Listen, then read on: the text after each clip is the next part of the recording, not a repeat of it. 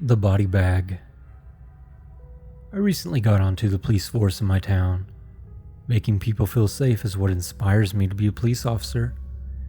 However, instead of doing important things like stopping crooks from robbing a bank or preventing murder, I was stuck at the department filing papers.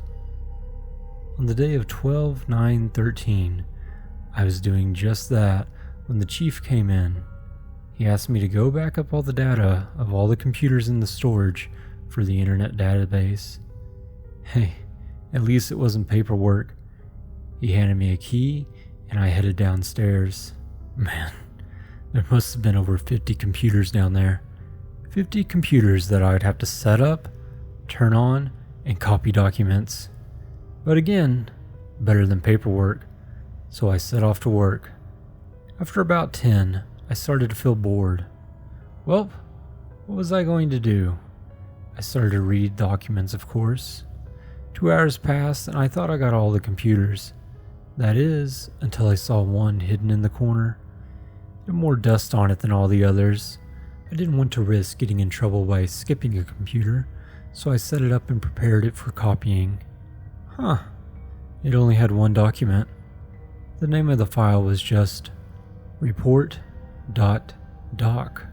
Now, out of all the reports I read that day, this was the absolutely strangest. The following is what the document said. End of case report logs. Detective Dave Aktosh, December 7th, 2007, 7:45 p.m. It was the end of my shift. The team had been talking to each other about a new case, a murder, face smashed with the sledgehammer 7 times. Poor guy. Funny, I don't remember anyone bringing in a body bag today. Well, I felt the urge to take a look at the body, so I walked down to the autopsy room. I'm sure my wife Carrie could wait an hour or two. I remembered I needed to tell her though. I rummaged through my pockets until I took out my 90s flip phone and speed dialed her. December 7th, 2007, 7:51 p.m. The time it took for the call to go through was about 3 minutes. Very odd. But when it did finally go through, I was greeted by the voice of someone who just saw a ghost. Who is this? How did you get Dave's phone? The reception from her was almost inaudible.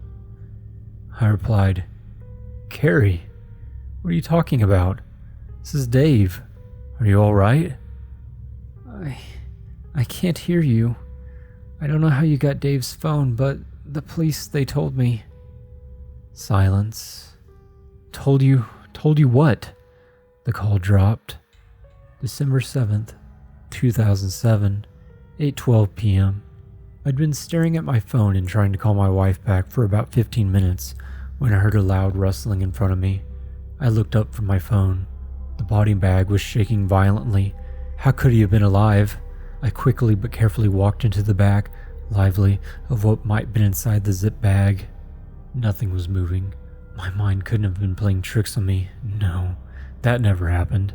It must have been stress taking over my mind. December 7th, 2007, 8:13 p.m. The face. The face of the corpse was revolting.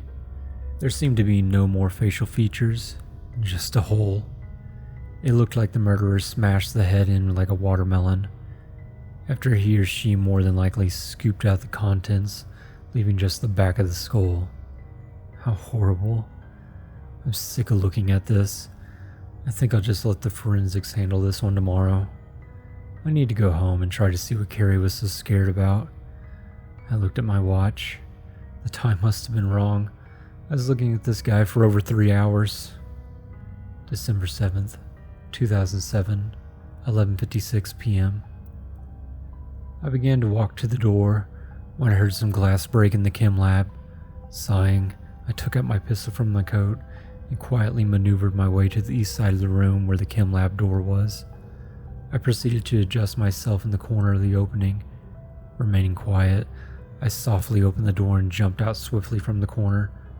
To my surprise, there was someone there. It was a man, and he had a coat just like mine. Put your hands behind your head and slowly face me, I firmly said. The man's hands stretched up high, and then he bent down his elbows placing his hand on his neck. My stomach churned. The man slowly turned to face me. Everything started to get disoriented and hazy. December 7th, 2007, 11:57 p.m. It was the guy from the body bag. How did he get out? How was he alive? The badge. Dave Aktosh? I panicked, pulled the trigger and shot the undead impersonator. He was still standing. He put his hands down and slowly began to walk towards me. The blood from his face dripped to the ground. As he got closer, the sound from the dripping blood felt more like a sledgehammer to my head. I lost balance and leaned back against the nearest thing to stabilize me. December 7th, 2007, 11:58 p.m. The beast with my body drew closer. The drips became more frequent. I didn't know what was going to happen to me. Just as he got me, he stopped. The back of the hole where his face should have been was throbbing like a heartbeat. The blood stopped dripping from him.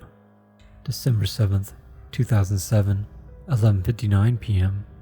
I felt like the last long stare would never end, and when he evaporated into a glowing mist, the mist sailed up and over my head. I felt relieved until I realized what I was leaning against wasn't a wall. I was in front of the doorway. I got tense again. I felt what I was putting my body weight on. Cloth. Dusty cloth. Like old clothing. But there wasn't flesh under it. No. It felt hard and rough. It was bone. December 8th, 2007, 12 o'clock a.m. I didn't want to look up. I refused to look up and see what might be there. I guess I didn't have to. Creaking started to fill my ears as an ancient bony hand moved to me. It is holding a mirror. The mirror is held in my face. I couldn't believe what I saw. My head had been a big gaping hole where my face was. I felt sick, but I couldn't vomit. I didn't want to look anymore. I looked away at the mirror, a hooded man in a robe. I looked to the other hand, the one that wasn't with the mirror, and he was holding a scythe. "It is time," he said in a loud, booming, ominous voice. Goodbye. That was the end of the entries. Now, as strange as this already was, the oddest thing was when I looked at the metadata, it said this was last edited 12/8/14.